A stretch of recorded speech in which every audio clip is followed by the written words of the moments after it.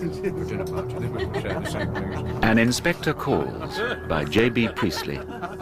Adapted for radio by John Foley. Oh, you got some. With John Woodvine and Maggie Steed as Arthur and Sybil Birling, and Bob Peck as Inspector Goole.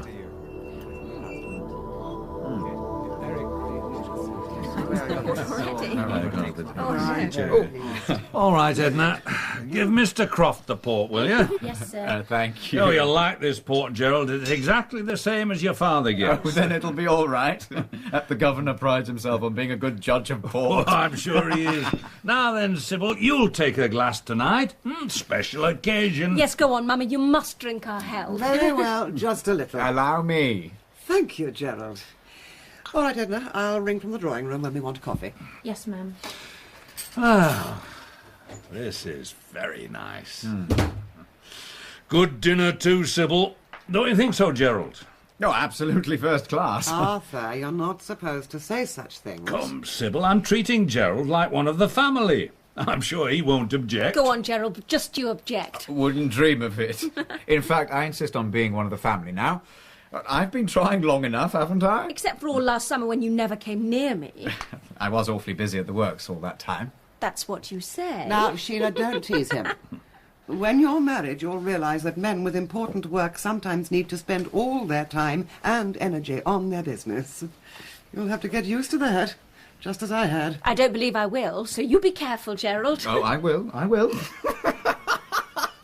Now then, Eric, what's the joke? Don't know. Suddenly felt I just had to laugh. You're squiffy. I am not. Stop it, you two. Arthur, what about this famous toast of yours? Oh, yes, of course.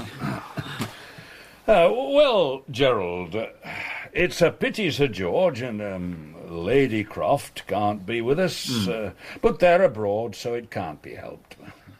I tell you frankly that your engagement to Sheila means a tremendous lot to me. You're just the kind of son-in-law I always wanted.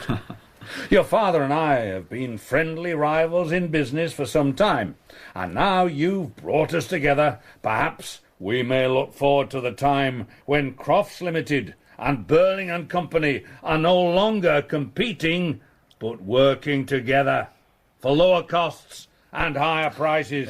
Here. Now, Arthur, I don't think you ought to talk business on an occasion like this. Neither do I. All wrong. I only mentioned it in passing. What I did want to say was that Sheila's a lucky girl. And I think you're a pretty fortunate young man too, Gerald. I know I am. So here's wishing the pair of you the very best that life can bring. Gerald and Sheila. Yes, Gerald, Sheila, darling. Our congratulations. Oh, thank you. Eric? Yes, all the best. She's got a temper sometimes, but she's not bad, really. Good old Sheila. Chump. I can't drink to this, can I? When do I drink? You can drink to me. All right, then. I drink to you, Gerald. Thank you. And I drink to you. I hope I can make you as happy as you deserve to be. And I'll start with this. Oh, what is it? As if you didn't know. Open it. Oh, Gerald, it's wonderful.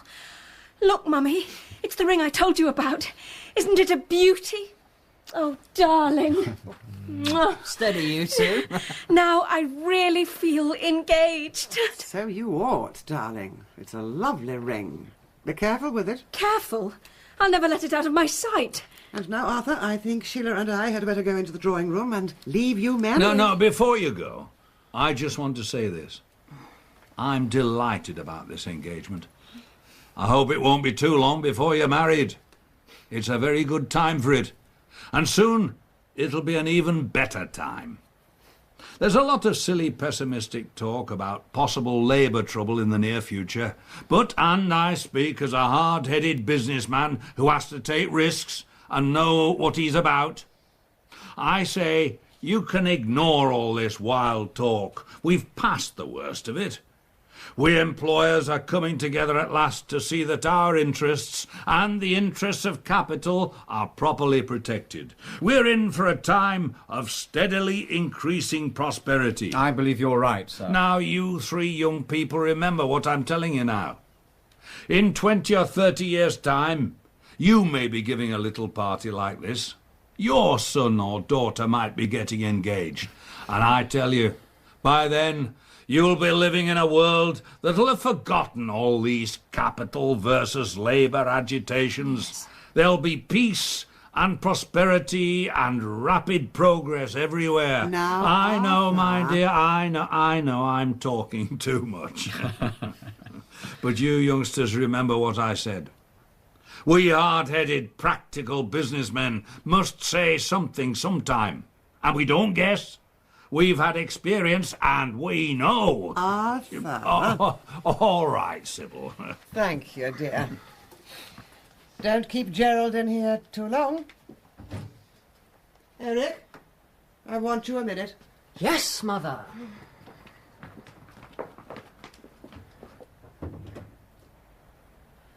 A cigar?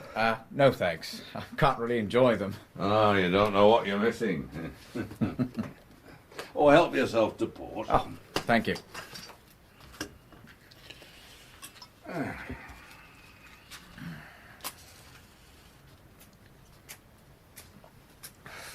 Oh, by the way, now we're alone, there's something I'd like to mention, in strict confidence. I have an idea your mother feels you might have done better for yourself socially. I say. Oh, no, that's all right. Now, Lady Croft comes from an old county family, landed people and so forth. It's only natural. But what I wanted to say is this. There's a fair chance that I might find my way into the next honours list. Oh, just a knighthood, of course. Oh, I say congratulations. I've had a hint or two. You see, I was Lord Mayor 2 years ago when royalty visited, and I've always been regarded as a useful party man. So I gather there's a very good chance of a knighthood. So long as we behave ourselves, eh? Don't get into the police court or start a scandal. Well, if that's the only obstacle, sir, I think you might as well accept my congratulations now. I couldn't do that. Oh, and don't say anything yet. Not even to my mother. I know she'd be delighted. Well, when she comes back, you might drop her a hint. And you could promise her that we'll try to keep out of trouble during the next few months. What's the joke? Started telling stories? No. Want another glass of port? Oh, yes, please. All right, then, and give me one. Mother says we mustn't stay too long, but I don't think it matters. I left them talking about clothes. You'd think a girl had never had any clothes before she gets married. Women are potty about them. You've got to remember, my boy, that clothes mean something quite different to a woman. Not just something to wear, not only something to make them look prettier, but, well, a sort of sign or token of their self-respect. Oh, that's true. Yes, I remember... What do you remember? Nothing. Nothing. Sounds a bit fishy to me. No. You don't know what some of these boys get up to nowadays, Gerald. More money to spend and time to spare than when I was Eric's age. Oh, they worked us hard in those days and kept us short of cash.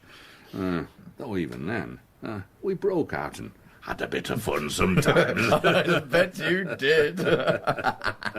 Yeah, but this is the point. What so many of you young fellas don't seem to understand now, when things are so much easier, is that a man has to make his own way, has to look after himself. Oh, and his family too, of course, when he has one. So long as he does that, he won't come to much harm. But the way some of these cranks talk and write now, you'd think everybody has to look after everybody else, as if we were all mixed up together like bees in a hive. Yeah. Community. All that nonsense. But take my word for it, and I've learnt in the good, hard school of experience, A man has to mind his own business and look after himself and his own. And Somebody at the front door. Edna will answer it. Have another glass of port, Gerald. Then we'll join the ladies. That'll stop me giving good advice. Yes, you piled it on a bit tonight, Father. Special occasion. I'm feeling contented. I wanted you to have the benefit of my experience. Please, sir, an inspector's called to see you. An inspector? What kind of inspector? A police inspector. He says his name's Goole. Goole? Oh, I don't know him. He says it's important, sir. All right, well, show him in then. Yes, sir. I'm still on the bench. It may be something about a warrant. Oh, sure to be. Unless Eric's been up to something. And that would be awkward, wouldn't it? Oh, very. Here, what do you mean? Only something we were talking about when you were out. A joke, really. Well, I don't think it's very funny. What's the matter with you? Nothing. Inspector Goole. Mr. Birling? Yes. All right, Edna. Yes, sir. You're new, aren't you, Inspector? Yes, sir. Recently transferred. I was an alderman for years, and Lord Mayor 2 years ago, and I'm still on the bench. So I know the Brumley police officers pretty well. I thought I'd never seen you before. Well, what can I do for you? I'd like some information, if you don't mind. 2 hours ago, a young woman died in the infirmary. She was taken there this afternoon because she'd swallowed a lot of strong disinfectant. Burnt her inside out. My God. Yes. She was in great agony. They did everything they could for her at the infirmary, but she died. Suicide, of course. Horrible business. But I don't understand why you should come here, Inspector. I've been round to the room she had, and she'd left a letter there. And a sort of diary. Like a lot of these young women who get into trouble, she'd used more than one name. But her real name was Eva Smith. Eva Smith. Do you remember her, Mr. Birling? Well, I seem to remember hearing that name somewhere. But it doesn't convey anything to me. She was employed in your works at one time. Oh, that's it, is it? Well, we've several hundred young women there, you know. And they keep changing. Well, this young woman, Eva Smith, was a bit out of the ordinary. I found this photograph of her in her lodgings. Perhaps you'd remember her from that. May I see that photograph too? Not just at the moment, sir. Any particular reason why not? There might be. And the same applies to me, I suppose. Yes. Well, I can't imagine what it could be. Neither can I. It's the way I like to work. One person and one line of inquiry at a time. Otherwise, there's a muddle. Well, Mr. Birling, do you remember Eva Smith now? Yes, I do. She was one of my employees, and then I discharged her. Is that why she committed suicide? Keep quiet, Eric. Don't get excited. This girl left us nearly 2 years ago. Let me see, it must have been in the early autumn. End of September, sir. That's right. Look here, sir. Wouldn't you rather I was out of this? I don't mind you being here, Gerald. And I'm sure you've no objection, have you, Inspector? Oh, perhaps I ought to explain first that this is Mr. Gerald Croft, son of Sir George Croft, you know, Crofts Limited. Mr. Gerald Croft, eh? We've been celebrating his engagement to my daughter Sheila. Mr. Croft is going to marry Miss Sheila Birling? That's right. Then I prefer you to stay. Oh, very well. Look, there's nothing mysterious about this business. And as it happened nearly 2 years ago, obviously it has nothing whatever to do with the wretched girl's suicide. Eh, Inspector? I can't agree with you there, sir. Why not? Because what happened to her then may have determined what happened to her afterwards. And what happened to her afterwards may have driven her to suicide. A chain of events. Oh, well, put like that, there's something in what you say. Still, I can't accept any responsibility. If we were all responsible for everything that happened to everybody we'd had anything to do with, it would be very awkward, wouldn't it? Very awkward. By Jove, yes. And as you were saying, Dad, a man has to look after himself. Yeah, thank you, Eric. Now, Inspector, about this Eva Smith. I remember her quite well now. She was a lively girl, a good worker too. In fact, the foreman in the machine shop where she worked told me he was ready to promote her into what we call a leading operator, head of a small group of girls. But after they came back from their holidays that August, they suddenly decided to ask for more money. They were averaging about 22 and 6, neither more nor less than is paid generally in our industry. But they wanted the rate raised to about 25 shillings a week. Well, I refused, of course. Why? Why? Yes. Why did you refuse? Inspector, I don't see that it's any concern of yours how I choose to run my business. It might be. I don't like your tone. Or all these questions. It's my duty to ask questions. So, why did you refuse? If I'd agreed to this demand for a new rate, we'd have added about 12% to our labour costs. Does that satisfy you? We were paying the usual rates, and if they didn't like those rates, they could go and work somewhere else. It's a free country, I told them. It isn't if you can't go and work somewhere else. Keep out of this, Eric. You hadn't even started in the works when this happened. So they went on strike. That didn't last long, of course. Oh, not if it was just after the holidays. They'd all be broke if I know them. They mostly were. And so was the strike after a week or two. A pitiful affair. Well, we let them all come back at the old rates, except the 4 or 5 ringleaders who'd started the trouble. I went down myself and told them to clear out. This girl, Eva Smith, was one of them. So she had to go. You couldn't have done anything else. He could. He could have kept her on instead of throwing her out. I call it tough luck. Rubbish. If you don't come down sharply on some of these people, they'd soon be asking for the earth. They might. But after all, it's better to ask for the earth than to take it. What did you say your name was, Inspector? Goole. Goole. How'd you get on with our Chief Constable, Colonel Roberts? I don't see much of him. Perhaps I ought to warn you that he's an old friend, and I see him fairly frequently. We play golf together sometimes. I don't play golf. I didn't suppose you did. Well, I think it's a damn shame. I never wanted to play. I mean about this girl. I don't see why she should have been sacked just because she'd a bit more spirit than the others. I'd have let her stay. Unless you brighten your ideas, you'll never be in a position to let anybody stay or tell them to go. It's about time you learned to face responsibilities. That's something this public school and varsity life you've had doesn't seem to teach you. Well, we don't need to tell the inspector all about that, do we? I don't see that we need to tell the inspector anything more. In fact, there's nothing I can tell him. I told the girl to clear out. She went. That's the last I heard of her. Huh. What happened to her after that? Go on the streets, did she? Not exactly. What's this about streets? Oh, sorry, I didn't know we had a visitor.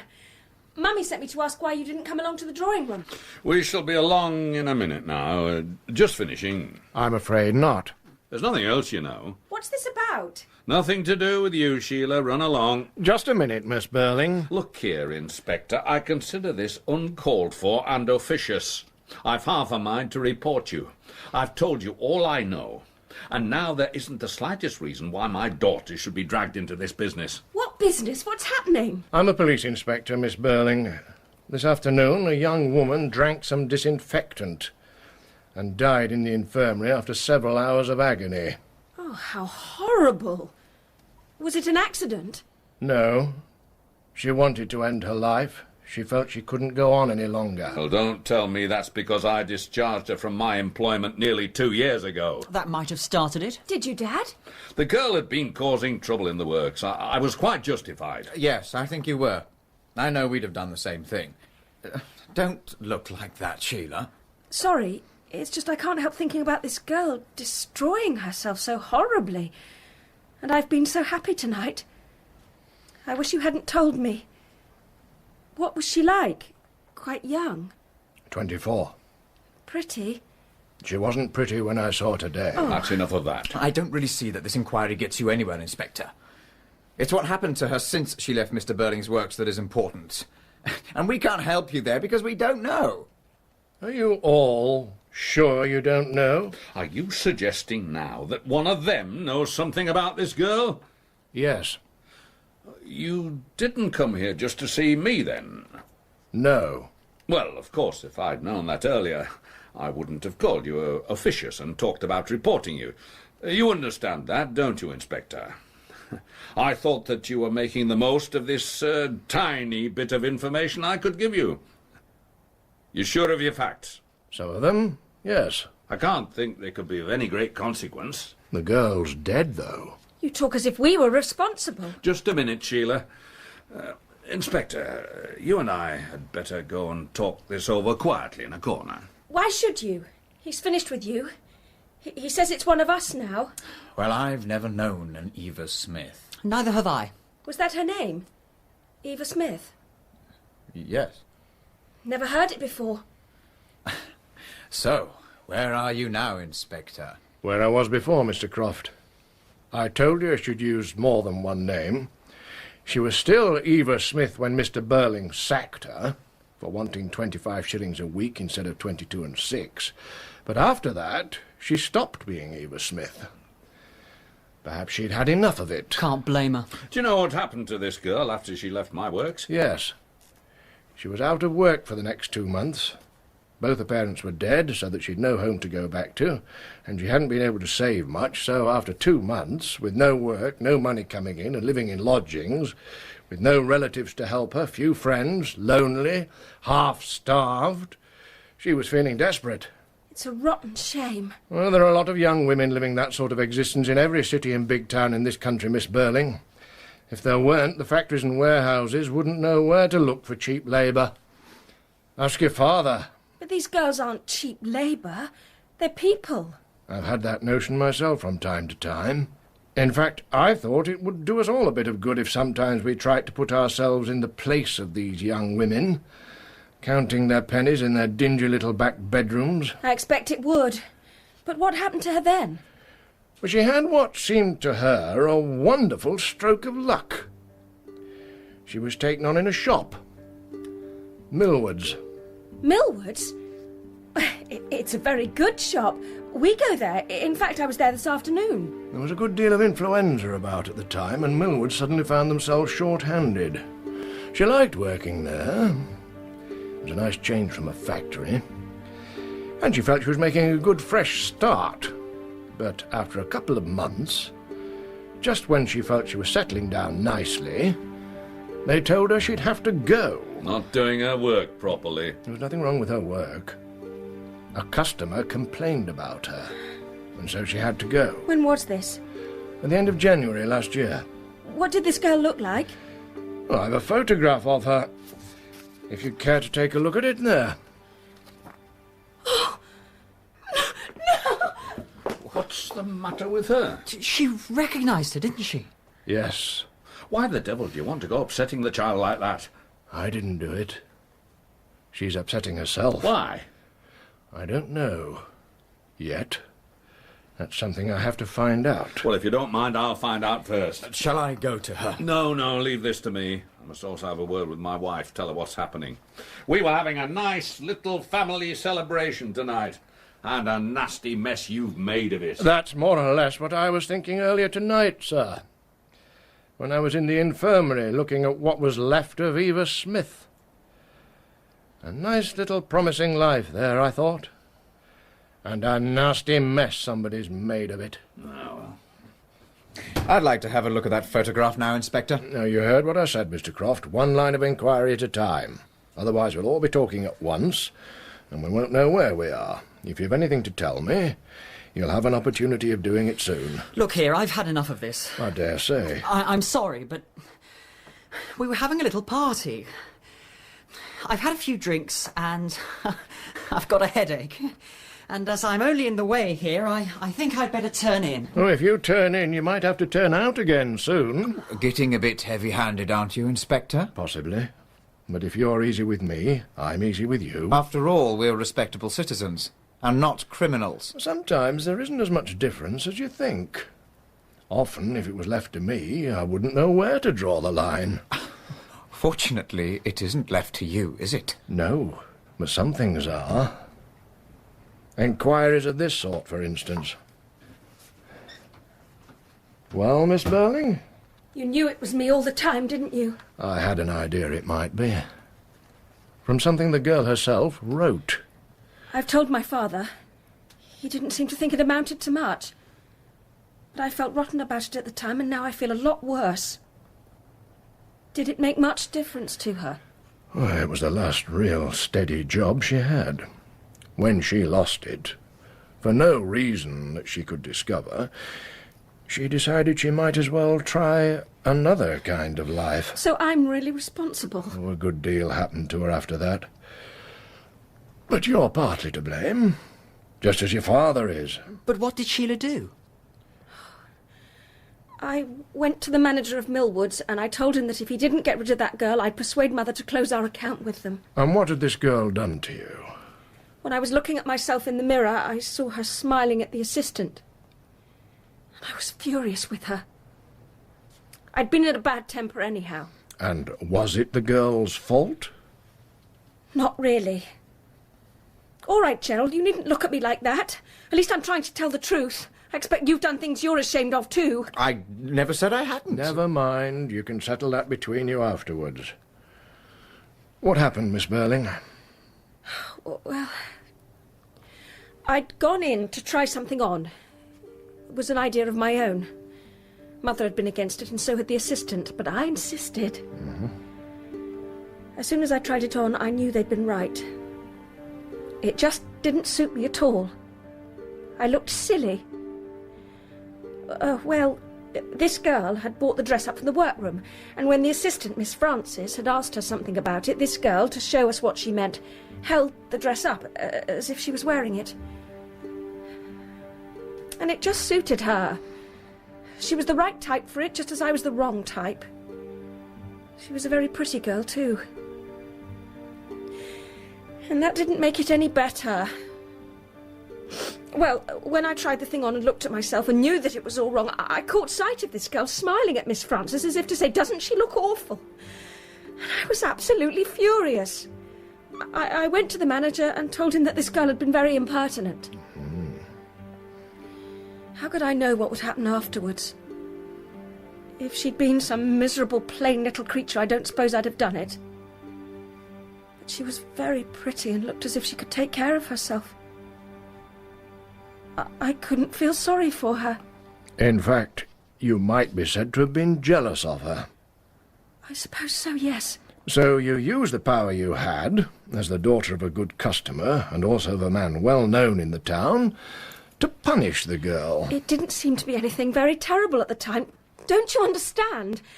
And if I could help now, It's too late. She's dead. It's a bit thick, when you come to think of it. Oh, shut up, Eric. It's the only time I've ever done anything like that, and I'll never, never do it again. I've noticed them giving me a sort of look sometimes at Millwoods. I noticed it even this afternoon. I suppose some of them remember. Why had this to happen? That's what I asked myself tonight, when I was looking at that dead girl. And then I said to myself, try to understand why it had to happen. And that's why I'm here, and why I'm not going till I know all that happened. Eva Smith lost her job with Birling and Company because the strike failed, and they were determined not to have another one. At last she found another job in a big shop, and had to leave there because you were annoyed with yourself, and passed the annoyance on to her. Now she had to try something else. Well, first, she changed her name to Daisy Renton. Daisy Renton? That's right, sir. Do you mind if I get myself a drink, Sheila? No. Where is your father, Miss Birling? He went to tell my mother what was happening. Eric, take the inspector to the drawing room.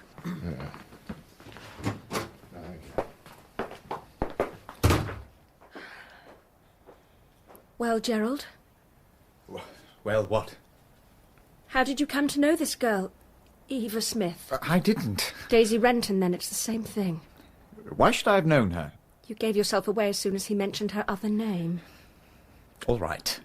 I knew her. Let's leave it at that. We can't leave it at that. Listen, darling. That's no use. You not only knew her, but you knew her very well. Otherwise you wouldn't look so guilty about it. When did you first get to know her? Was it after she left Millwoods, when she changed her name, as he said, and began to lead a different sort of life? Were you seeing her last spring and summer during that time when you hardly came near me and said you were so busy? Were you? Oh, yes, of course you were. I'm sorry, Sheila. But it was all over and done with last summer. I hadn't set eyes on the girl for at least 6 months. Oh. I don't come into this suicide business. So for God's sake, don't say anything to the inspector. You fool, he knows. And I hate to think how much he knows that we don't know yet. You'll see. Well... Mr. Croft? What did I tell you? Inspector, I think Miss Birling ought to be excused any more of this questioning. She's had an exciting day. We were celebrating our engagement, you know. Now she's obviously had about as much as she can stand. He means I'm getting hysterical. Well, I've no more questions to ask. But you haven't finished asking questions, have you? No. Then I'm staying. Why? It's bound to be unpleasant and disturbing. And you think young women ought to be protected against unpleasant and disturbing things? If possible, yes. Well, we know one young woman who wasn't, don't we? I suppose I asked for that. Be careful you don't ask for any more, Gerald. I only meant to say why stay when you'll hate it. It can't be any worse for me than it has been. And it might be better. I see. What? You've been put through it, and now you want to see somebody else put through it. So that's what you think I'm like? I'm glad I realised it in time. No, I didn't mean... Yes, you did. And if you'd really loved me, you couldn't have said that. You listened to that story about me. I got that girl sacked from Millwoods, and now you've made up your mind I must obviously be a selfish, vindictive creature. I neither said that nor even suggested it. Then why say I want to see somebody else put through it? That's not what I meant at all. All right, then. I'm sorry. Yes, but you don't believe me. And this is just the wrong time not to believe me. I can tell you why Miss Birling wants to stay. A girl died tonight. A pretty, lively sort of girl who never did any harm. But she died in misery and agony, hating life. I know, and I can't stop thinking about it. Miss Birling has been made to understand what she did to this girl. She feels responsible. If she leaves now, and doesn't hear any more, then she'll feel she's entirely to blame. She'll be alone with her responsibility. The rest of tonight, all tomorrow, all the next night... Yes, that's it. And I know I'm to blame, and I'm desperately sorry. But I can't believe, I won't believe it's simply my fault that in the end she committed suicide. That would be too horrible. You see, we have to share something. If there's nothing else, we have to share our guilt. Good evening, Inspector. Good evening, madam. I'm Mrs. Birling. My husband has just explained why you're here, and while we'll be glad to tell you anything you want to know, I don't think we can help you much. No, Mother. Whatever's the matter, Sheila? You're beginning all wrong. And I'm afraid you'll say something or do something that you'll be sorry for afterwards. I don't know what you're talking about. We all started like that. So confident, so pleased with ourselves until he began asking us questions. You seem to have made a great impression on this child, Inspector. We often do on the young ones. They're more impressionable. Go to bed, dear. You'll feel better in the morning. Nothing could be worse for me, Mother. I'm staying here until I know why that girl killed herself. Nothing but morbid curiosity. It isn't. Please don't contradict me like that. In any case, I don't suppose for a moment that we can understand why the girl committed suicide. Girls of that class... Mother, don't! For your own sake as well as ours, you mustn't build up... Really, Sheila? You mustn't build up a kind of wall between us and that girl. If you do, the inspector will just break it down. And it'll be all the worse when he does. She's right. I beg your pardon. I said she's right. I consider that a trifle impertinent, Inspector. Oh, Now, what is it, Sheila? I don't know. Perhaps it's just because impertinent is such a silly word. In any case... Mother, do stop before it's too late. If you mean that the inspector will take offence... No, I never take offence. I'm glad to hear it. Though it seems to me that we have more reason for taking offence. I realise, Inspector, that you have to conduct some sort of inquiry, but I must say that so far you seem to be conducting it in a rather peculiar and offensive manner. You know, of course, that my husband was Lord Mayor only 2 years ago, and that he's still a magistrate. Mrs. Birling, the inspector knows all that, and I don't think it's a very good idea to remind him. It's crazy. Stop it, please, Mother. Yes. Now, what about Mr. Birling? He's coming back in a moment. He's just talking to my son, Eric, who seems to be in an excitable, silly mood. Really? I'm afraid he may have had rather too much to drink tonight.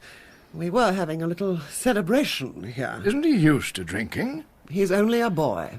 No, he's a young man. And some young men drink far too much. And Eric's one of them. Sheila!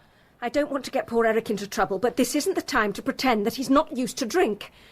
He's been drinking too much for the last 2 years. It isn't true. Gerald, say it isn't true. Well, Mr. Croft? Actually, I've never seen much of him outside this house. But, well, I have gathered that he does drink pretty hard. And this is the time you choose to tell me? Yes, of course it is. That's what I meant when I talked about building up a wall that's sure to be knocked flat. It makes it all the harder to bear. But it's you and not the inspector who's doing it. But don't you see? He hasn't started on you yet. If necessary, I shall be glad to answer any questions the inspector wishes to ask me. Though naturally I don't know anything about this girl. We'll see, Mrs. Birling. I've been trying to persuade Eric to go to bed, but he says you told him to stay up. That's right, Mr. Birling. Why? Because I shall want to talk to him. I can't see why. But if you must, then I suggest you do it now. Have him in and get it over, then let the lad go. I'm sorry, but I can't do that yet. Now look here, Inspector. He must wait his turn. Inspector, I've told you before, I don't like your tone, nor the way you're handling this inquiry. And I don't propose to give you much more rope. You needn't give me any rope. No, he's giving us rope so that we'll hang ourselves. Sybil, what is the matter with that child? Overexcited. Well, come along, Inspector. What is it you want to know? At the end of January last year, Eva Smith had to leave Millwards because Miss Birling compelled them to discharge her. And then she stopped being Eva Smith and looking for a job and became Daisy Renton with other ideas. Mr. Croft, when did you get to know her? What? Gerald? Where did you get the idea that I did know her? It's no use, Gerald. You gave yourself away as soon as I mentioned the name Daisy Renton. Of course he did. All right. I met her first sometime in March last year, in the Stalls Bar at the Palace. I mean the Palace Music Hall here in Brumley. Well, we didn't think you meant Buckingham Palace. Sheila, you've said your piece. You're obviously going to hate this, so why on earth don't you just leave us to it? Nothing would induce me. I want to understand exactly what happens when a man says he's so busy at the works that he hardly has time to come and see the girl he's supposed to be in love with. In the Stalls Bar at the Palace Variety Theatre. I happened to look in one night, and as the show wasn't very bright, I went to the bar. It's a favourite haunt of women of the town. Women of the town? I think it would be much better if Sheila didn't listen to this story. You're forgetting I'm supposed to be engaged to the hero of it. Go on, Gerald. You went into the bar, a favourite haunt of the women of the town. Oh, I'm glad I amuse you. Come along, Mr. Croft. What happened? I didn't propose to stay long. But then I noticed this girl. My God. Sorry, I've suddenly realised, just taken it properly, that she's dead. Go on, Mr. Croft. She looked young and fresh and altogether out of place there. And obviously she wasn't enjoying herself. Old Joe Meggerty, half drunk and goggled-eyed, had wedged her into a corner with that obscene fat carcass. There's no need to be disgusting. And surely you don't mean Alderman Meggerty? Of course I do. He's a notorious womanizer, as well as being one of the worst sots in Brumley. Well, really, Alderman Meggerty, I must say we are learning something tonight. Well, go on, please, Mr. Croft. The girl saw me looking at her and gave me a glance. That was nothing less than a cry for help. So I went across and told Meggerty that the manager had a message for him or something like that. Got him out of the way. And then told the girl she'd better let me take her out of there. Where did you go? To the county hotel, which I knew would be quiet at that time of night. All she wanted was to talk.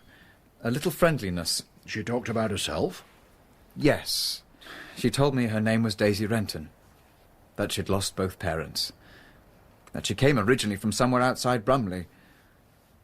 She also told me that she'd had a job in one of the works here and had had to leave after a strike.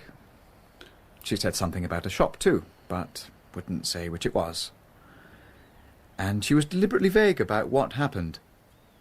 I couldn't get any exact details about her past life, but what she did let slip, though she didn't mean to, was that she was desperately hard up, and at that moment was actually hungry. I made the people at the county find her some food. And then you decided to keep her as your mistress? What? Of course, Mother. It was obvious from the start. I discovered she was going to be turned out of the miserable back room she had. A friend of mine had gone off to Canada for 6 months and given me the key to a set of rooms and asked me to keep an eye on them and use them if I wanted. So I insisted on Daisy moving into those rooms, and I made her take some money to keep her going there. I want you to understand, Inspector, that I didn't install her there so that I could make love to her. I made her go because I was sorry for her, and I didn't like the idea of her going back to the Palace Bar. I didn't ask for anything in return. I see. Yes, but why are you saying that to him? You ought to be saying it to me. I suppose I ought, really. I'm sorry, Sheila. Somehow I know. Somehow he makes you. But she became your mistress? I suppose it was inevitable. She was young and pretty and warm-hearted and intensely grateful. I became the most important person in her life. Were you in love with her? Oh, I really must protest. Why should you protest? It was you who turned the girl out in the first place. I only did what any employer might have done. And what I was going to say was that I protest against the way in which my daughter, a young, unmarried girl, is being dragged And into it was this whole... I who had the girl turned out of her job at Millwoods. And I'm supposed to be engaged to Gerald. I'm not a child, Father. I've a right to know. Well, Gerald, were you in love with her? It's hard to say. I didn't feel about her as she felt about me. Of course not. You were the wonderful fairy prince. You must have adored it. All right, I did for a time. Nearly any man would have done. That's probably about the best thing you've said tonight. At least it's honest. Did you go and see her every night? No, I wasn't telling you a complete lie when I said I'd been busy at the works. We were very busy. But of course I did see a good deal of her. I don't think we want any further details of this disgusting affair. I do. It wasn't disgusting. It's disgusting to me. Yes, but after all, you didn't come into this, did you, Mother? Inspector, is there anything else you want to know? That you ought to know? Yes. When did this affair end? I can tell you exactly. In the first week of September. I had to go away for several weeks on business. By that time, Daisy knew it was coming to an end, so I broke it off definitely before I went. How did she take it? Better than I'd hoped. She was very gallant about it. That was nice for you. No, it wasn't. She told me she'd been happier than ever before, but that she knew it couldn't last, hadn't expected it to last. She didn't blame me at all. I wish to God she had now. Perhaps I'd feel better about it. She had to move out of those rooms? Yes. She'd saved a little money during the summer. Didn't want to take any more from me. But I insisted on a parting gift of enough money to see her through to the end of the year. Did she tell you what she proposed to do? No. She refused to talk about that. I got the idea that she thought of leaving Brumley. Did she? Yes. She went away to be alone, to be quiet, to remember all that had happened between you. How do you know that? She kept a rough sort of diary. She felt there'd never be anything as good again for her. And she said she had to go away and remember, just to make it last longer. I see. Well, I never saw her again. And that's all I can tell you. It's all I want to know from you. In that case, well, I'd like to be alone for a little while. I'd be glad if you let me go. Go where? Home? No, I'll just go out, walk about for a while, if you don't mind. I'll come back. All right, Mr. Croft. Just in case you don't come back, Gerald, I think you'd better take your ring with you. I see. Well, I was expecting this. I don't dislike you as I did half an hour ago, Gerald. In fact, in some odd way, I rather respect you more than I've ever done before. I knew anyhow you were lying about those months last year when you hardly came near me. And now at least you've been honest. And I believe what you told us about the way you helped her at first just out of pity. And it was my fault, really, that she was so desperate when you first met her. But this has made a difference. You and I aren't the same people who sat down to dinner here. We'd have to start all over again, getting to know each other. Now, Sheila, I'm not defending him, but you must understand that a lot of young men... Don't interfere, please, Father. Gerald knows what I mean. Yes, I know what you mean. But I'm coming back, if I may. All right. Thank you.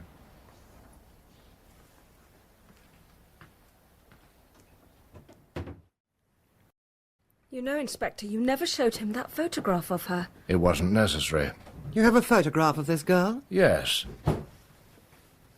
I think you'd better take a look at it. You recognize her? No.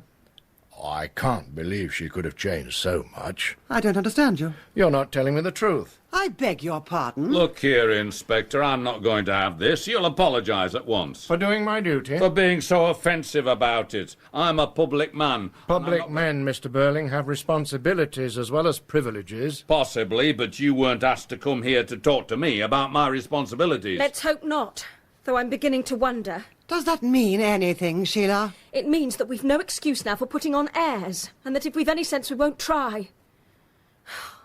Father threw this girl out because she asked for decent wages. I pushed her further out, right into the street, just because she was pretty. Gerald set her up as his mistress and then dropped her when it suited him, and now you're pretending you don't recognise her from that photograph. And if you're not telling the truth, why should the Inspector apologise? Can't you see, Mother, you're making it worse? Oh, it was the door again. Gerald must have come back. Unless your son has just gone out. I'll see. Mrs. Birling, you're a prominent member of the Brumley Women's Charity Organisation. Go on, Mother.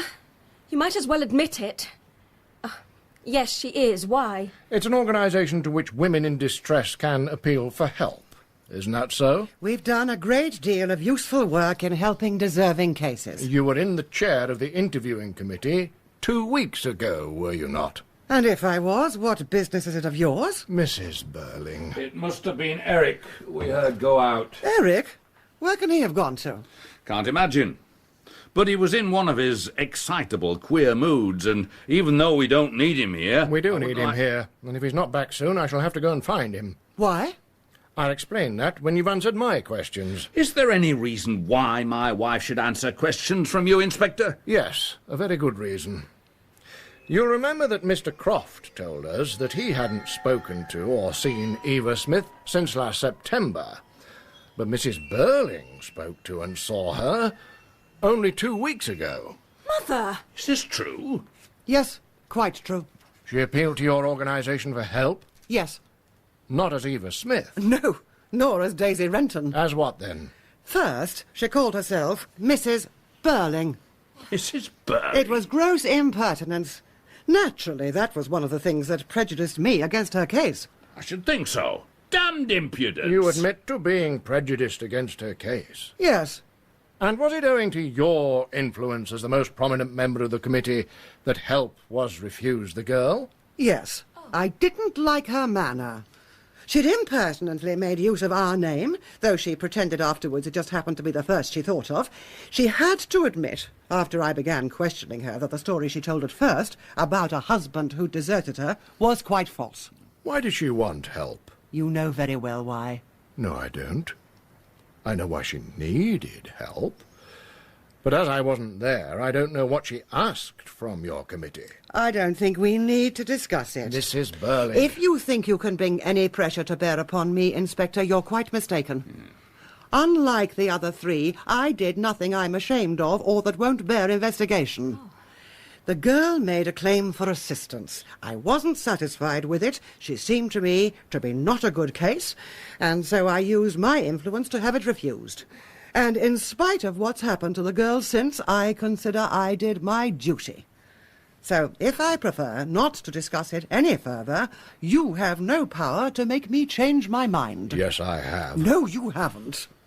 Simply because I've done nothing wrong, and you know it. I think you did something terribly wrong. And that you're going to spend the rest of your life regretting it. I wish you'd been with me tonight in the infirmary. You'd have seen... No, please. I've imagined it enough already. Then the next time you imagine it, just remember that this girl was going to have a child. Oh, really? Oh, horrible. How could she have wanted to kill herself? Because she'd been turned out and turned down too many times. Mother, you must have known. It was because she was going to have a child that she went for assistance to your mother's committee. Look here. This wasn't Gerald Croft. Oh. No. Nothing to do with him. Thank goodness for that. Though I don't know why I should care now. And you've nothing further to tell me, Mrs. Birling. I'll tell you what I told her. Go and look for the father of the child. It's his responsibility. That doesn't make it any the less yours. She came to you for help, at a time when no woman could have needed it more. She was alone, friendless, almost penniless, desperate. She needed not only money, but advice, sympathy, friendliness. And you slammed the door in her face. Mother, that was cruel and vile. I must say, Sybil, that when this comes out at the inquest, it isn't going to do us much good. Oh, stop it, both of you. And before you start accusing me of anything, please remember that it wasn't I who had her turned out of her employment, which probably began it all. In the circumstances, I think I was justified. The girl had begun by telling us a pack of lies. Afterwards, when I got at the truth, I discovered that she knew who the father was. So I told her it was her business to make him responsible. If he refused to marry her, and in my opinion he ought to be compelled to, then he must at least support her. And what did she reply to that? Oh, she was giving herself ridiculous airs, claiming elaborate fine feelings and scruples that were simply absurd in a girl in her position. What did she say? She said that the father was only a youngster, silly and wild and drinking too much. There couldn't be any question of marrying him. It would be wrong for them both. He had given her money, but she didn't want to take any more money from him. Why didn't she want to take any more money from him? Oh, some fancy reason. As if a girl of that sort would ever refuse money. I warn you, you're making it worse for yourself. What reason did she give for not taking any more money? Her story was that he'd said something one night when he was drunk that gave her the idea that it wasn't his money. Where had he got it from, then? He'd stolen it. So she'd come to you for assistance because she didn't want to take stolen money. That's the story she finally told, after I'd refused to believe her original story, that she was a married woman who'd been deserted by her husband. I didn't see any reason to believe that one story should be any truer than the other. Therefore, you're quite wrong to suppose I shall regret what I did. But if her story was true, if this boy had been giving her stolen money, then she came to you for help because she wanted to keep this youngster out of any more trouble. Possibly. But it sounded ridiculous. So I was perfectly justified in advising my committee not to allow her claim for assistance. You're not even sorry now, when you know what happened to the girl. I'm sorry she should have come to such a horrible end, but I accept no blame for it. Who is to blame, then? First, the girl herself. For letting Father and me have her chucked out of her jobs. Secondly, I blame the young man who was the father of the child she was going to have. If, as she said, he didn't belong to her class and was some drunken young idler, then that's all the more reason why he shouldn't escape. He should be made an example of. If the girl's death is due to anybody, then it's due to him. And if her story is true, that he was stealing money... Then he'd be entirely responsible, because the girl wouldn't have come to us and have been refused assistance if it hadn't been for him. So he's the chief culprit, anyhow. Certainly. And he ought to be dealt with very severely. Mother, stop. Be quiet, Sheila. But don't you see? You're behaving like a hysterical child tonight, Sheila. Oh. Inspector, if you take some steps to find this young man and make sure that he's compelled to confess in public his responsibility, instead of staying here asking unnecessary questions, then you really would be doing your duty. Don't worry, Mrs. Birling. I shall do my duty. I'm glad to hear it. No hushing up, eh? Make an example of the young man, eh? Public confession of responsibility. Certainly. And now, no doubt, you'd like to say good night. Not yet. I'm waiting. Waiting for what? To do my duty. Now, Mother, don't you see? But surely... I mean... It's ridiculous. Inspector, you're not trying to tell us that my boy is mixed up in this? If he is, then we know what to do, don't we? Mrs. Birling has just told us. My God. Oh, but look here. I don't believe it. I won't believe it. Mother, I begged you to stop, but would you... You all know, don't you? Yes, we know. Eric, there must be some mistake. You don't know what we've been saying. It's a good job for him he doesn't, isn't it? Why? Because Mother's been busy blaming everything on the young man who got this girl into trouble. And saying he shouldn't escape and should be made an example of. Now, that's enough, Sheila. You haven't made it any easier for me, have you, Mother? But I didn't know it was you. I never dreamt. Besides, you're not that type. You don't get drunk. Of course he does. I told you he did. Oh, you little sneak. That's not fair. I could have told her months ago, but I didn't. I only told her tonight because I knew it was bound to come out. So I thought she might as well know in advance. Don't forget, I've already been through it. Sheila, I simply don't understand your attitude. Neither do I. If you'd had any sense of loyalty... There'll be plenty of time when I've gone for you all to adjust your family relationships. But now I must hear what your son has to tell me. When did you first meet this girl? One night last November. Where? In the Palace Bar. I'd be there an hour or so with 2 or 3 chaps. What happened then? I began talking to her and stood her a few drinks. I was rather far gone by the time we had to go. Was she drunk too? She was a bit, chiefly because she'd not had much to eat that day. You went to her lodgings that night?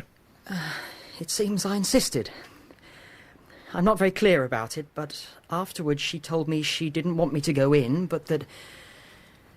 Well, I was in that state when a chap easily turns nasty. And that's when it happened. And I don't even remember, that's the hellish thing. Oh my God, how stupid it all is. Eric, how could you? Sheila, take your mother along to the drawing room. I want to stay. You heard what I said. Go on, Sybil. Come on, Mother. When did you meet her again? About a fortnight afterwards. By appointment? No. And I couldn't remember her name or where she lived. It was all very vague, but I happened to see her in the Palace Bar. And you took her home again? Yes. And this time we talked a bit. She told me something about herself, and I talked too. I told her my name and what I did. And you made love again? Yes.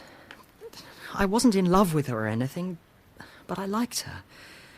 She was pretty and a good sport. So you had to go to bed with her? I'm old enough, aren't I? Go on.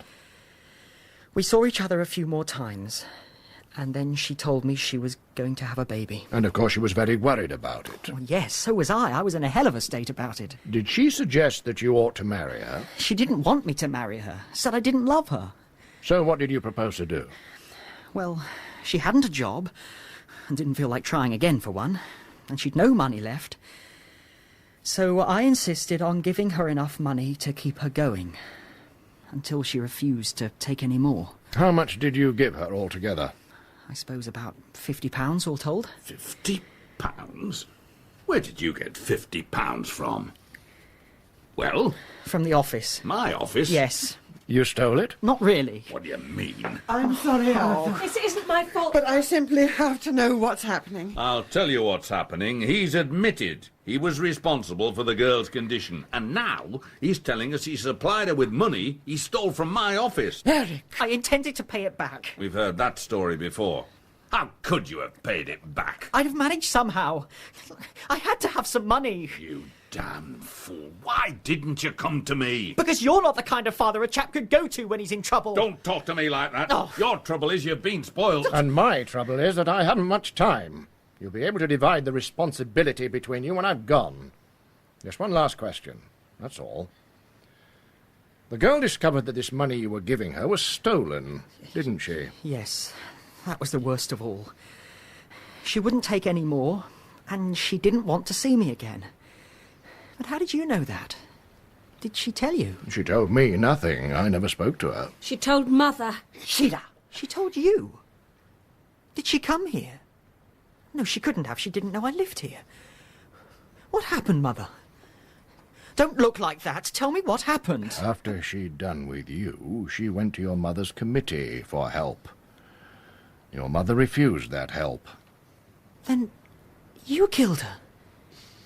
She came to you to protect me, and you turned her away. You killed her. And the child she'd have had too.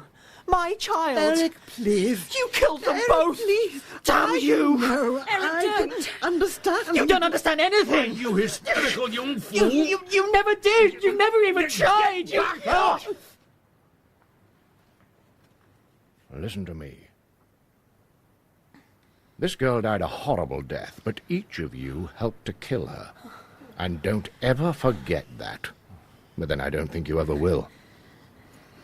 Remember, Mrs. Birling, you turned her away when she most needed help. You refused her even the pitiable little bit of organized charity you had in your power to grant her. Eric, remember what you did. My God, I'm not likely to forget. You used her for the end of a stupid, drunken evening. As if she was an animal. A thing, not a person. You, Miss Birling. I had her turned out of a job. I started it. You helped. And didn't start it. Mr. Birling. You started it. She wanted 25 shillings a week instead of 22 and sixpence. You made her pay a heavy price for that. And now she'll make you pay a heavier price still. Inspector, I'd give thousands. Thousands. You're offering the money at the wrong time. No. I don't think any of you will forget. Nor that young man Croft, though he at least had some affection for her and made her happy for a time. Well, Eva Smith's gone. You can't do her any more harm, and you can't do her any good either. You can't even say, I'm sorry, Eva Smith. That's the worst of it. Well, remember this. One Eva Smith has gone. But there are millions and millions of Eva Smiths and John Smiths still left with us. With their lives, their hopes and fears, their suffering and chance of happiness, all intertwined with our lives, with what we think and say and do. We don't live alone. We're members of one body, responsible for each other. And I tell you that the time will soon come when, if men will not learn that lesson, then they will be taught it, in fire and blood and anguish. Good night.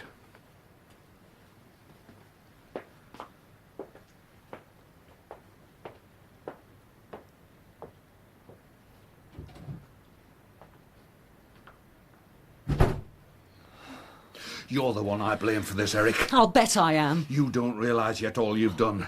There'll be a public scandal. I don't care now. You don't seem to care about anything.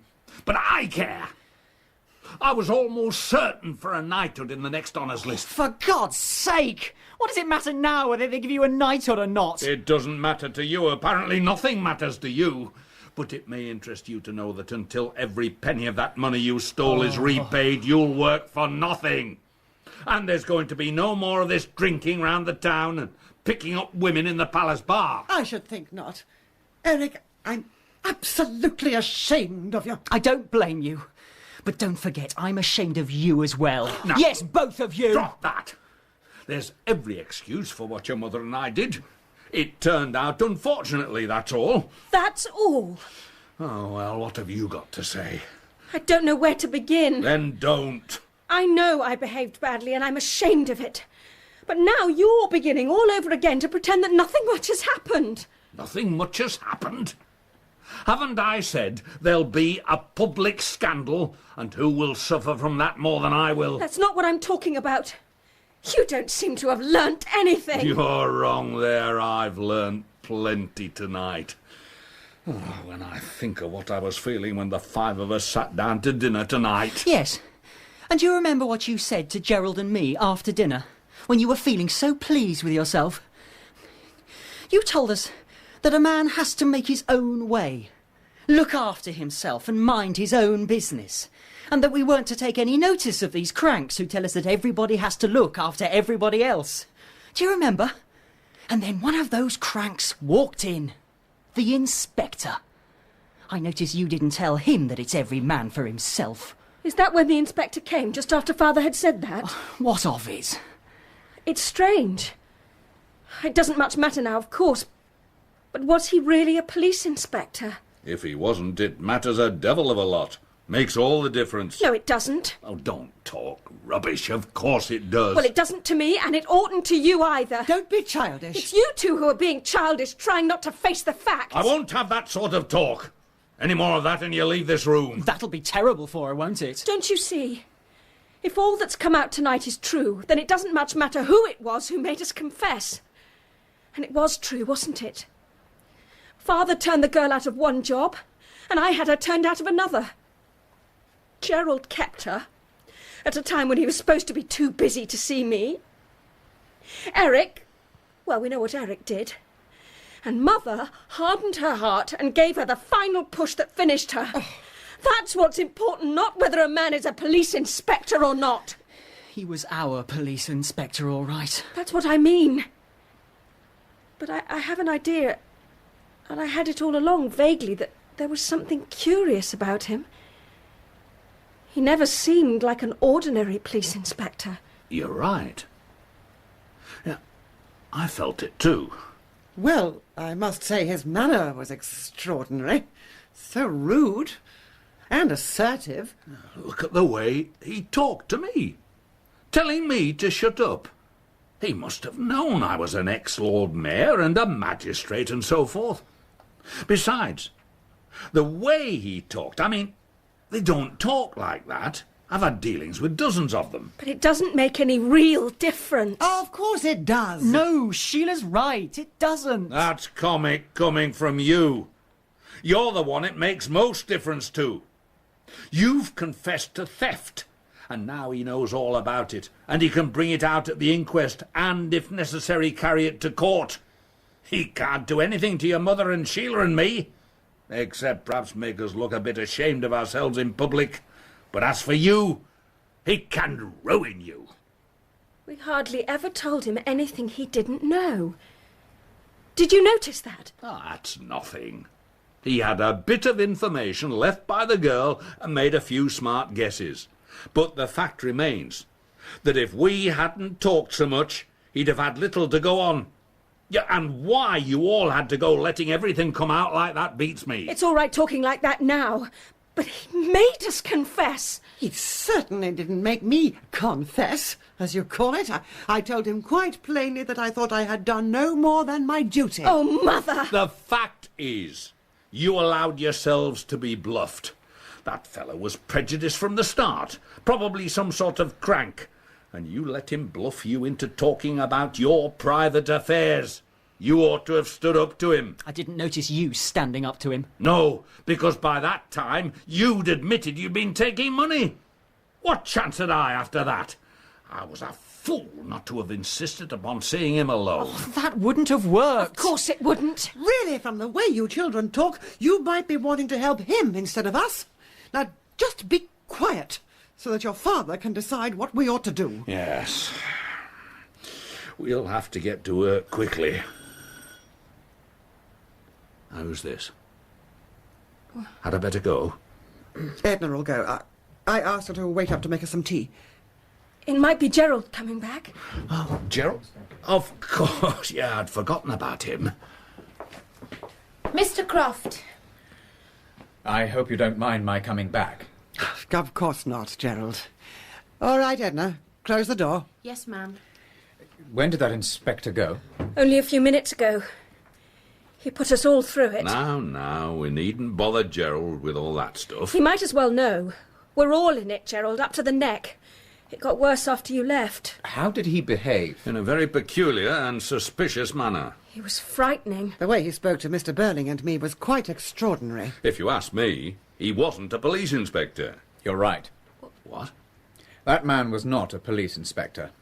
Are you certain? Almost certain. I met a police sergeant I know down the road. I asked him about this Inspector Goole and described the chap carefully to him. He swore there wasn't any Inspector Goole or anybody like him on the force here. But you didn't tell him... No. I said I'd been having an argument with someone.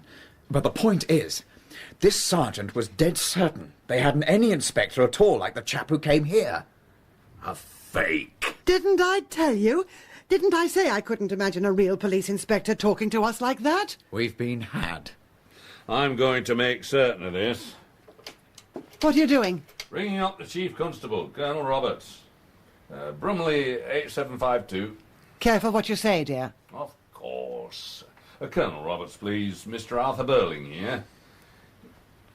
You know, Gerald, I had my suspicions all along. Oh, Roberts, Birling here. Sorry to ring you up so late, but can you tell me if an Inspector Goole has joined your staff lately? Goole. Goole.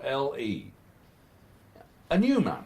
About 5 feet 10 inches, dark hair, clean shaven. I see. Yes. Well, no, that settles it. No, just a little argument we were having here. Good night, Colonel. Well, dear? What did he say? There's no Inspector Goole on the force here.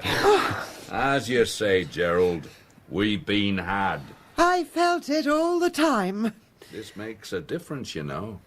In fact, it makes all the difference. Of course. I suppose we're all nice people now. Sheila, if you've nothing more sensible to say than that, you'd better keep quiet. Oh. She's right, though. And you'd better keep quiet anyhow.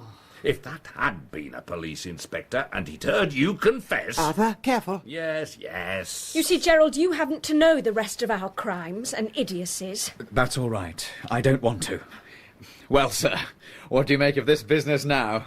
Was it a hoax? Of course, somebody put that fellow up to coming here and hoaxing us. There are people in this town who dislike me enough to do that. We ought to have seen through it from the first. In the ordinary way, I believe I would have done. But coming like that, bang on top of our little celebration, just when we were all feeling so pleased with ourselves, well, actually, it took me by surprise. I wish I'd been here when that man first arrived. I'd have asked him a few questions before I allowed him to ask us any. It's all right saying that now. I was the only one of you who didn't give in to him. Oh. And now I say we must discuss this business quietly and sensibly and decide if there's anything to be done about it. You're absolutely right, my dear. Already we've discovered one important fact, that fellow was a fraud. But we found him out, and all we have to do is keep our heads. Now it's our turn. Our turn? To do what? To behave sensibly. What's the use of talking about behaving sensibly? You're beginning to pretend now that nothing's really happened at all. But this girl's still dead, isn't she? And that's what they don't seem to understand. Whoever that chap was, the fact remains that I did what I did. And Mother did what she did. And the rest of you did what you did to her. It's still the same rotten story, whether it's been told to a police inspector or to somebody else. According to you, I ought to feel a lot better. Oh, Gerald, you might as well know I stole some money. Eric! But the money's not the important thing. It's what happened to the girl, and what we all did to her that matters. Eric's right. And it's the best thing any one of us has said tonight. And it makes me feel a bit less ashamed of us. You're just beginning to pretend all over again. For God's sake. Arthur! Well, they're so damned exasperating. They just won't try to understand our position, or to see the difference between a lot of stuff like this coming out in private and a downright public scandal. And I say the girl's dead and we all helped to kill her, and that's what matters. Eric, either stop shouting or get out. Some fathers I know would have kicked you out of the house anyhow by this time. So hold your tongue if you want to stay here. I don't give a damn now whether I stay or not. You'll stay long enough to pay back that money you stole. But that won't bring Eva Smith back to life, will it? And it doesn't alter the fact that we all helped to kill her. But is it a fact? I suppose you're going to prove now you didn't spend last summer keeping this girl instead of seeing me, eh? I did keep a girl last summer. I've admitted it. And I'm sorry, Sheila. Well, I must admit you came out of this better than the rest of us. The inspector said that. He wasn't an inspector. He inspected us all right. And don't let's start dodging and pretending now. Between us, we drove that girl to commit suicide. Who says so? There's no more real evidence we did than there was that chap was a police inspector. Of course there is. No, look at it. A man comes here pretending to be a police officer. It's a hoax of some kind. Now, what does he do? Very artfully, working on bits of information he's picked up here and there, he bluffs us into confessing that we've all been mixed up in this girl's life in one way or another. And so we have. But how do you know it's the same girl? We all admitted it. You all admitted something to do with a girl. But how do you know it's the same girl? Mr. Birling, you sack a girl called Eva Smith. You've forgotten, but he shows you a photograph of her, and then you remember, right? Well, that part's straightforward enough. But what then? Well, he happens to know that Sheila once had a girl sacked from Millward's shop. He tells us that it's this same Eva Smith, and he shows her a photograph that she recognises. Yes. But how do you know it's the same photograph? Did you see the one your father looked at? No. And did your father see the one he showed you? No. I see what you mean. We've no proof it was the same photograph, and therefore no proof it was the same girl. Now, take me. I never saw a photograph. He caught me out by suddenly announcing that this girl changed her name to Daisy Renton. I gave myself away at once because I'd known a Daisy Renton. And there wasn't the slightest proof that this Daisy Renton was really Eva Smith. We've only his word for it. And we'd only his word for it that he was a police inspector. And we now know he was lying. So he could have been lying all the time. Exactly. Now, what happened after I left? I was upset because Eric had left the house, and this man said that if Eric didn't come back, he'd have to go and find him. Well, that made me feel worse still. And his manner was so severe, and he seemed so confident. Then quite suddenly he said I'd seen Eva Smith only 2 weeks ago. Those were his exact words. And like a fool I said I had. I don't see now why you did that. She didn't call herself Eva Smith when she came to see you at the committee, did she? Of course she didn't. But when he suddenly turned on me with those questions, I answered more or less as he wanted me to. But, Mother, he showed you a photograph of the girl before that, and you obviously recognised it. Did anybody else see it? No. He showed it only to me. Then there's still no proof it was the same girl. He might have showed you the photograph of any girl who applied to the committee. And how do we know that she was Eva Smith or Daisy Renton? Gerald's right. He could have used a different photograph each time, and we'd been none the wiser. We may all have been recognising different girls. Eric, did he ask you to identify a photograph? He didn't need a photograph by the time he got round to me. But obviously it must have been the girl I knew who went to see Mother. Why must it? She said she had to have help because she wouldn't take any more stolen money. And the girl I knew had told me that already. But even then, that may have been all nonsense. I don't see much nonsense about it when a girl goes and kills herself. You lot may be letting yourselves out nicely, but I can't. Nor can Mother. We did her in all right. Now, wait a minute. Don't be in such a hurry to put yourself into court. That interview with your mother could have been just as much a put-up job.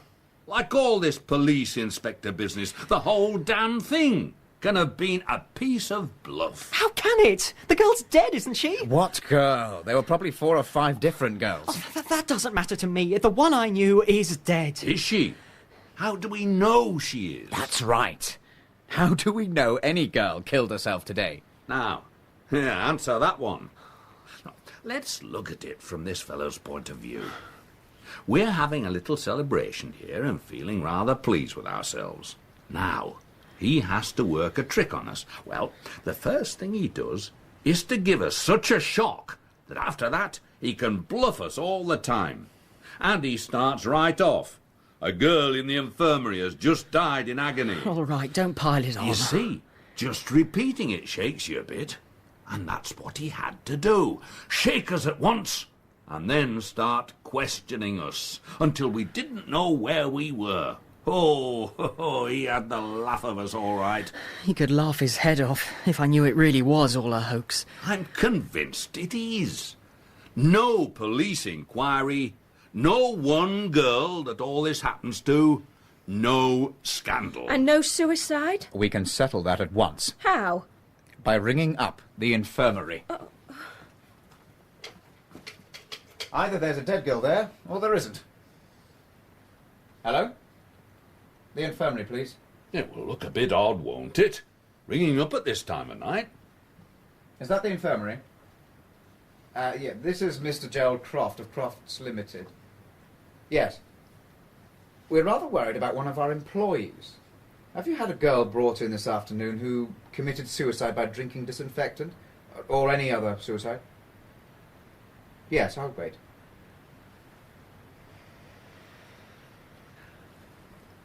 Yes? You're certain of that? I see.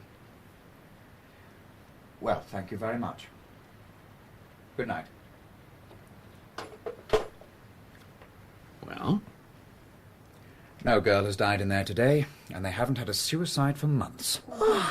There you are. The whole story's just a lot of moonshine. Gerald, have a drink. Thanks. I think I could do with one now. So could I. I must say, Gerald, you've argued this very cleverly. Well, you see, while I was out of the house, I'd had time to cool off and think things out a little. Yes, he didn't keep you on the run as he did the rest of us. I'll admit now, he gave me a bit of a scare at the time. But I'd had a very special reason for not wanting any public scandal just now. Here you go, Gerald. Thank you, sir. Well, here's to us. Father, you're forgetting one thing I still can't forget. Everything we said had happened, really had happened. If it didn't end tragically, then that's lucky for us. But it might have done. But the whole thing's different now. You can see that, can't you? No. You all helped to kill her.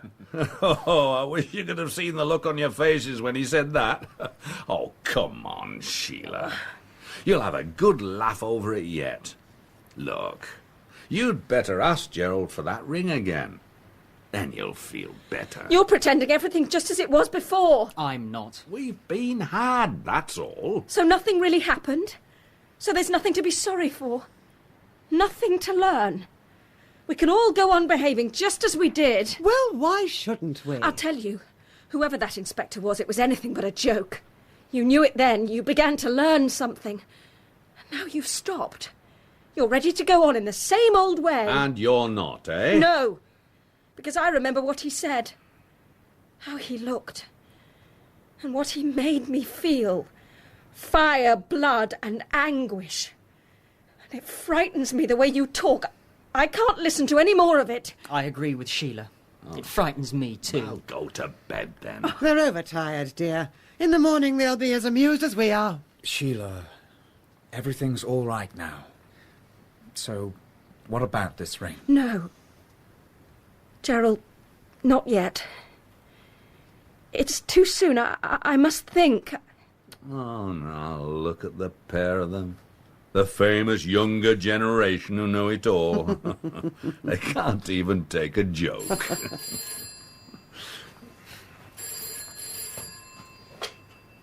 Yes? Yeah, Mr. Birling speaking.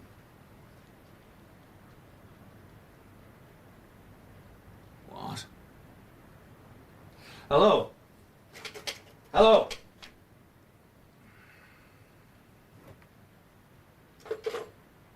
Father? Mr. Birling? Arthur, who was that?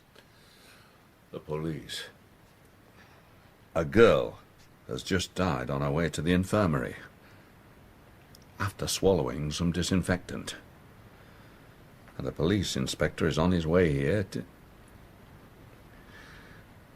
ask some questions.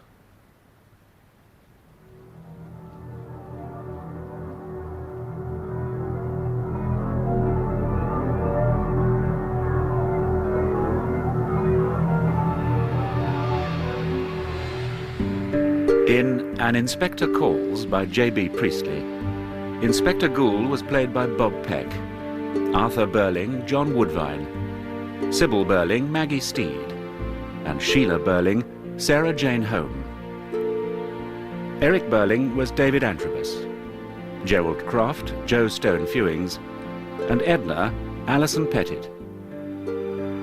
The music was composed and performed by Simon Russell. Technical presentation was by Martha Littlehales, and the production assistant was Joanne Hopper. An Inspector Calls was adapted for radio by John Foley and was directed for the BBC World Service by Rosalind Ward